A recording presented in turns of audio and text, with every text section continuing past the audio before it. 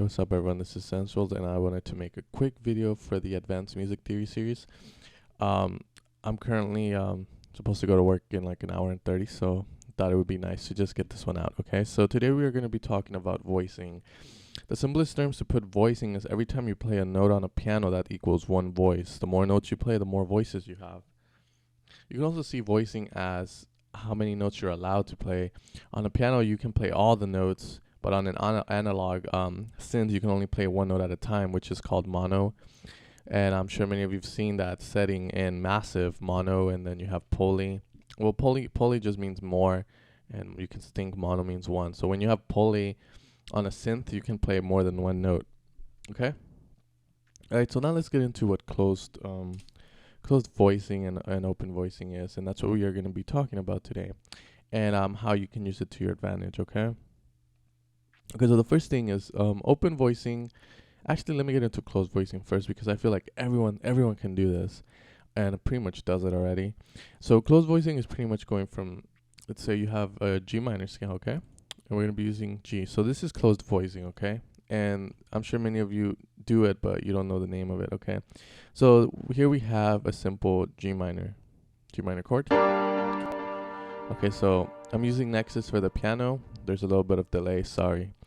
Okay, so pretty much this is closed voicing. Now, closed voicing is good if you just want to get that frequency out. A lot of times, closed voicing is perfect if you're going to be playing chords on when the kick drum and when you have a lot of stuff going on. But let's say you're in a breakdown and there's not that much going on, but you want to kind of make the piano just come out, or you just want to make that pad cover a broad range of frequencies, then this is when open voicing comes in. Now, the theory of open voicing is that you need to spread out your chords. So let's say you have an A sharp here, right? Well, let's just move that an octave up, and then let's move the D back down, and this should be an open voice. Now, if we go back to the way it sounded, okay, you see that, okay? And I think Control Y redoes it, so pretty much you get a different sound, and it covers more of a frequency, so it's getting more of the highs now. Now, open voicing is great if you're gonna be making a breakdown, or if you want your piano just to sound big in general. And also, when you do this, if you're like playing a closed voice, which is just having these three up close like this, if you're playing this in the lower frequencies, usually it tends to add up, and it sounds really, really bad if you play it at a high velocity, and I'm sure many of you have noticed that. So you can do open voicing. Just remember, usually the sound of your chords are gonna be greatly influenced by your last note and your first note, so the tonic and the last note you're playing. So generally, it's easier to hear the higher frequencies and the lower than the middle ones. Okay, so now pretty much that should be the tutorial, but I want to show you guys a few other things. So let's say we have the normal G, right? And we want to apply some open voicing. So what I do is I move this an octave up, and then I add the seventh. So the seventh would be, and all you have to do is count, guys. So 1, 2, 3, 4, 5, 6, 7. So F is going to be the seventh of my G. So I'm going to be adding a seventh to the scale. So I'm playing the seventh of G minor, and then I'm going to move that an octave up, okay? So I'm pretty much like inverting this part of the chord, but you can just say I'm just moving an octave up to make things more down to earth. No need to use lingo here. So now once I have that, then I can start playing that, and you can see it adds more of a sense of warmth here with the F playing.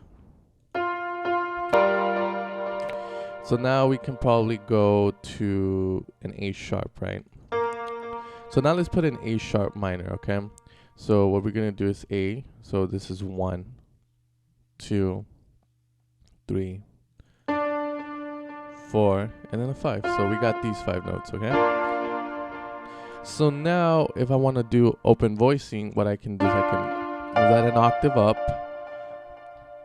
and then count the seventh. So 1, 2, 3, 4, 5, 6, 7.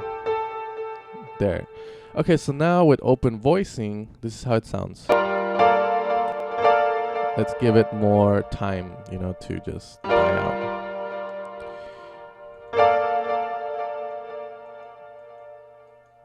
Let's make it a little bit bigger. Hey, hopefully it sounds good. I'm not sure if it's gonna sound good. I'm just trying to teach you what open voicing is and how you can use it, but hopefully it sounds good.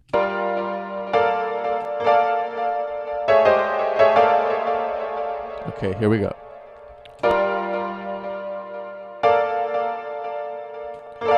And then from there, you could probably go back down, the A.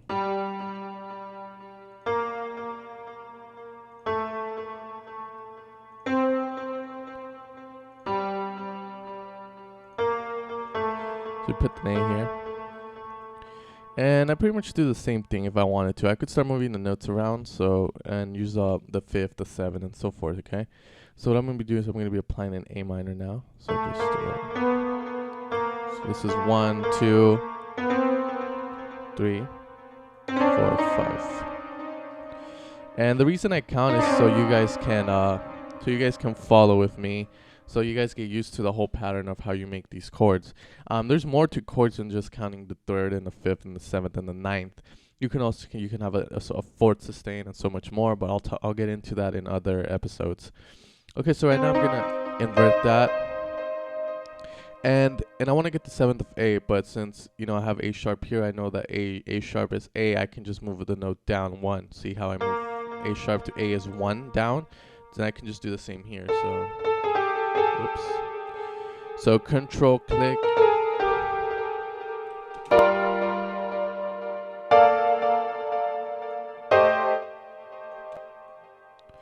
Okay, so there, and then we can finally go up to C. 1, 2, 3. Oops. 1, 2, 3, 4, 5. So we got a 5 here. Move that an octave up. And then you move it to, so you move this one up to A here.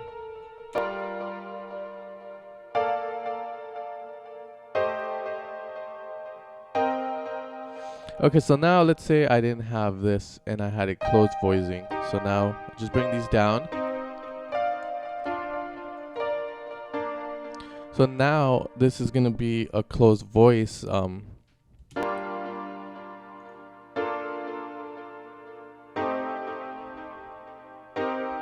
But if I put it up,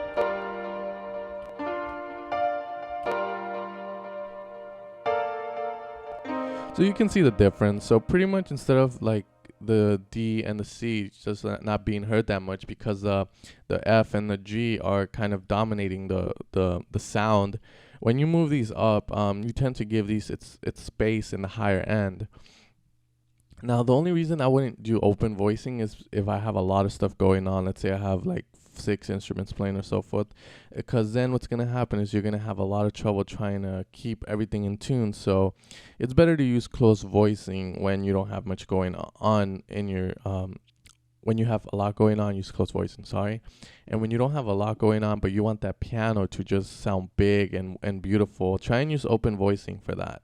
You can still keep going like 2 octaves higher than what I went, or you can go lower, and you can cover more frequency range. And what that's going to do is the listener is going to be hearing this, and they're going to hear the piano just cover the whole frequency range. So it's going to be like ear candy for them.